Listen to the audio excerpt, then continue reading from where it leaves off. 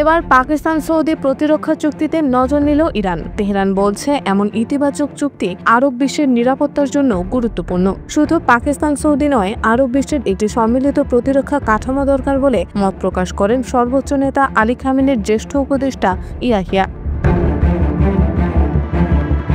পাকিস্তানের সাথে সৌদির প্রতিরক্ষা চুক্তি মুসলিম বিশ্বের জন্য ইতিবাচক এবং একত্রিত হওয়ার সুবর্ণ সুযোগ। ইরান বলছে তেহরানকে সৌদি পাকিস্তান প্রতিরক্ষা চুক্তিতে যোগদানের ব্যাপারে ঘোর চিন্তা করতে হবে।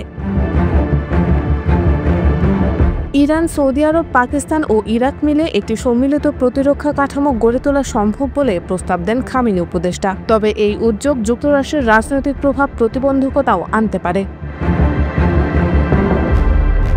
পাকিস্তান ও সৌদির স্বাক্ষরিত প্রতিরক্ষা চুক্তি অনুযায়ী কোনো এক দেশের ওপর আক্রমণ হলে সেটি উভয় দেশের আক্রমণ বলে বিবেচিত হবে। এর সাথে সামরিক সহযোগিতাও বাড়াবে উভয় দেশ।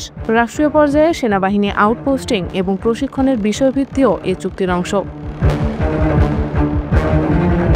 সাফাবি বলেছেন, রিয়াদ ইসলামাবাদ চুক্তি আঞ্চলিক নিরাপত্তার জন্য ইতিবাচক। তার মতে ইরানের উচিত এই কাঠামোয় যুক্ত হওয়ার প্রস্তুতি নেওয়া, যাতে কেবল প্রতিরক্ষা সহযোগিতা নয়, কূটনৈতিক ও সামরিক প্রভাবও বজায় থাকে। যদি চুক্তিটি বহুপাক্ষিক হয় তবে ইরান ও ইরাক অংশ নিলে আঞ্চলিক প্রতিরক্ষা সমন্বয় গড়ে উঠবে। জুনের সংঘাতে ইরান ক্ষেপণাস্ত্র শক্তি প্রদর্শন করলেও প্রতিরক্ষা ও গোয়েন্দা ক্ষেত্রে দুর্বলতা ধরা পড়ে। সাফাবি জানান, এ কারণে দেশটির রাডার ও ক্ষেপণাস্ত্র সক্ষমতা জোরদারে কাজ চলছে। তার মতে সামরিক শক্তির পাশাপাশি কূটনীতি ও গণমাধ্যমেও সমান প্রস্তুতি থাকা দরকার।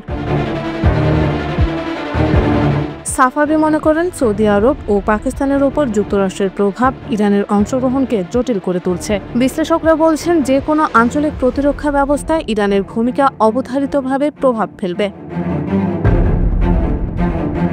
রিয়াদ ইসলামাবাদ প্রতিরক্ষা চুক্তি কৌশলগতভাবে বড় তাৎপর্য বহন করছে। পাকিস্তান বহুদিন ধরেই সৌদির জন্য সামরিক সহায়তা ও সেনা মোতায়েনের ইতিহাস বহন করে আসছে। এবার সৌদি মধ্যপ্রাচ্য ও দক্ষিণ এশিয়ার নিরাপত্তা অঙ্গনে নতুন মাত্রা যোগ করল। রিয়াদের দাবি, এই চুক্তি হঠাৎ কোনো পরিস্থিতির প্রতিক্রিয়া নয়, বরং বহু বছরের আলোচনার ফল। ইরান যুক্ত হলে অঞ্চলের সামরিক ও কূটনৈতিক ভারসাম্যে পরিবর্তন আসতে পারে, যুক্তরাষ্ট্রের প্রভাব কমতে পারে এবং সামরিক ও গোয়েন্দা সক্ষমতা বাড়তে পারে। তবে তেল রুট, শিপিং নিরাপত্তা ও ক্ষেপণাস্ত্র প্রতিরক্ষা সবকিছুতে প্রভাব পড়বে এবং সামরিক উত্তেজনা বাড়তে পারে। যুক্তরাষ্ট্রের নিরাপত্তা প্রতিশ্রুতির অস্থিতিশীল এই অবস্থার মধ্যেই সৌদি পাকিস্তান চুক্তি হলো। বিশ্লেষকরা বলছেন, এ কারণে গালফ নতুন জোট গড়ে উঠেছে। মার্কিন নীতি নির্ধারকরা জোট নিয়ন্ত্রণে রাখতে চাইছেন। এ জোটে ইরানের যোগ হলে তাদের পরিকল্পনা পরিবর্তিত হতে বাধ্য।